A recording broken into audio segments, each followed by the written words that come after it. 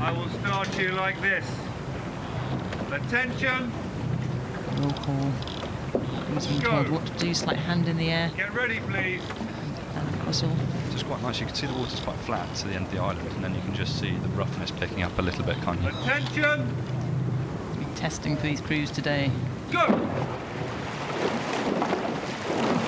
Off the start of the Town Challenge Cup, Rowing Canada, Molesey Boat Club. Clean start by both crews. So always the danger there. The blustery day. Hold your heads. Keep that steering foot straight. Strong start from Canada. Yeah, it's great watching fours go off. I mean, just having one big oar in your hand and really laying into it is awesome, isn't it? Both these boats really going for it. Good even match off the start here. Quite close to the booms here from Molesey though, isn't it? Very close there. Tight. Just tapped a buoy. Oh, that is really shaving the woodwork there. They had to bounce off that buoy and then luckily just got it on line to come pick up the course, which is fantastic. Especially when you're starting alongside an international crew like Canada, they need to really keep their bow ball to bow ball in these opening stages, and they've recovered really well there, Molesey. Brilliant start. Canada. Then look at that, quite close. It's so hard with that wind today. They've done well to recover that bump off the buoy, straight back into their lane. Good job. That couldn't have worked out any luckier, because with those buoys you could have easily scooped it up and got your blade wrapped around it, but just to give it a little kiss like that was a nice escape there. So they've done great, and it's not affected their rhythm here. They've been able to get out, transition into pace here, and get a bit of a lead on this national team boat. So a great recovery there from Molesey Boat Club.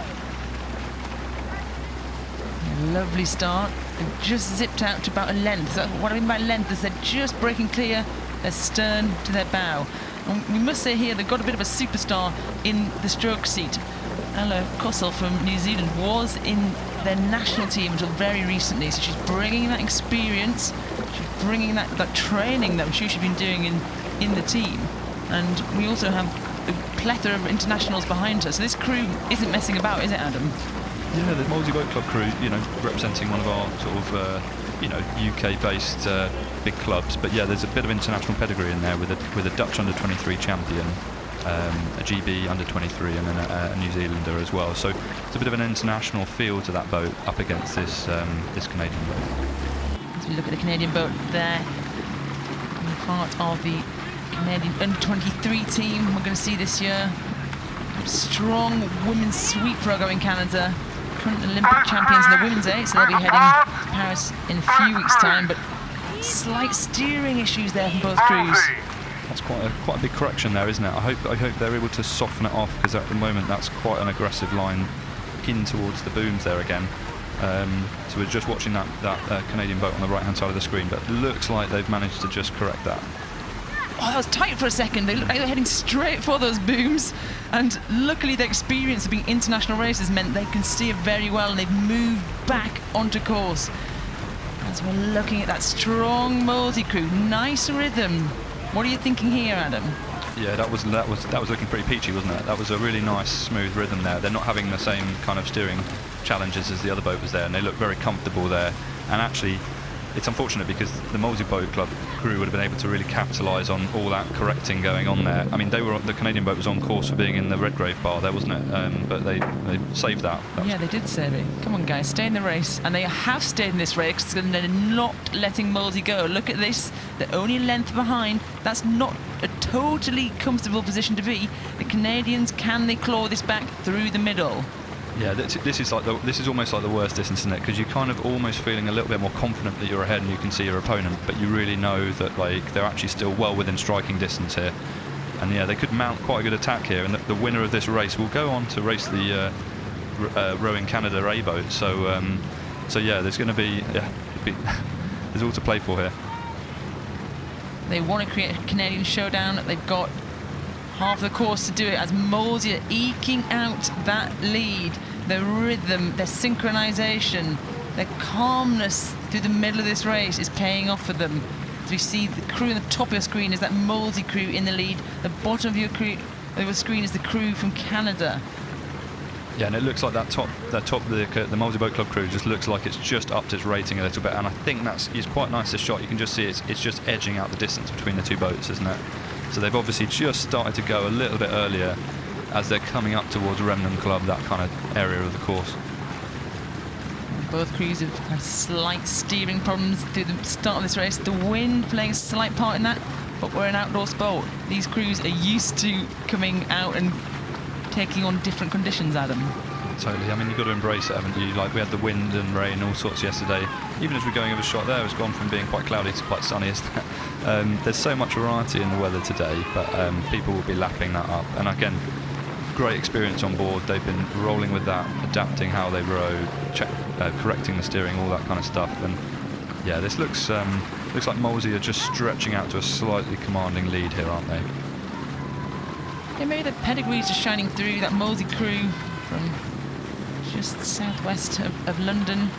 They've got a crew full of internationals, world and 23 medalists, actual senior rowers as well. So it's that kind of shines through against this slightly younger, less experienced Canadian boat, who are probably using this as a stepping stone to the rest of their summer, Adam. Yeah, definitely. This is the start of their sort of campaign, isn't it, really? So forming the boat here, getting them out here racing, hopefully having a great experience here at Henley. And this part of the course, I mean, you are screaming in pain down this part of the course, but it's the fun bit. You know, you start to get into the enclosures, you know you're in the grandstands, and hopefully not too far away from putting your feet up and having a cup of tea. But yeah, they're nearly there. This is fantastic racing. They've done a great job here to give themselves a bit of clear water. Yeah, at this point it's a knockout regatta, so the minute you get beaten, you're out of the regatta. These crews here know they're going on to a next race, and the real goal is to get to Sunday and that finals day. We will be thinking about having to conserve some energy at this point in the race, what your recovery is, but they're still in the race. And we've seen at Henley many times that anything can happen. They've got to keep that concentration and don't start thinking about tomorrow just yet. Yeah, it's like keeping your foot on the pedal, ready to shift it up a gear if you need to. And actually that did look very smooth and comfortable in the Molesey boat there. Naturally here in the Canadian boat, we're just still on the edge of the racing, trying to mount a last attack. Joining from Canada, this crew, a good fight in the start of this race. They've really pushed themselves to the limit there. A little bit of blade work starting to suffer, the fatigue setting in, and they want to keep this gap as small as possible. They'll be putting their heads up high and racing this to the finish line.